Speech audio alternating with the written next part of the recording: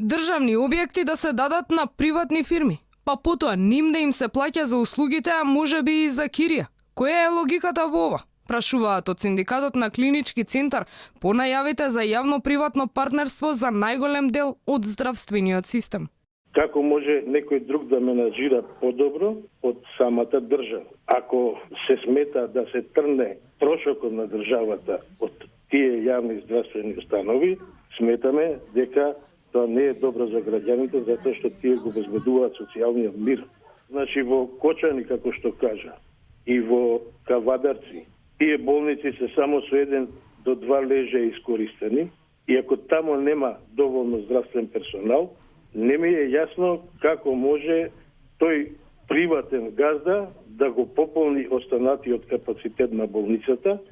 Надлежните пак велат дека ќе се направеле заштеди, зашто државата немало да менаџира со зградите, а фондот за здравствено осигурување само ќе купувал услуги. За сега нејасно е како точно ќе се спроведе планот за приватизација преку концептот јавно-приватно партнерство и што истиот вклучува.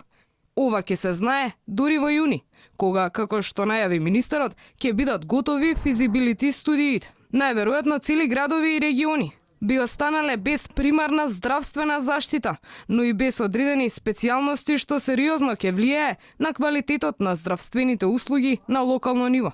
Новите владени планови се спротивни на она што се ветуваше во предизборната кампања на СДСМ. Јавното здравство ќе обезбедува квалитетни и лесно достапни услуги, а граѓаните нема да имаат потреба да плаќаат медицински интервенции во приватни болници.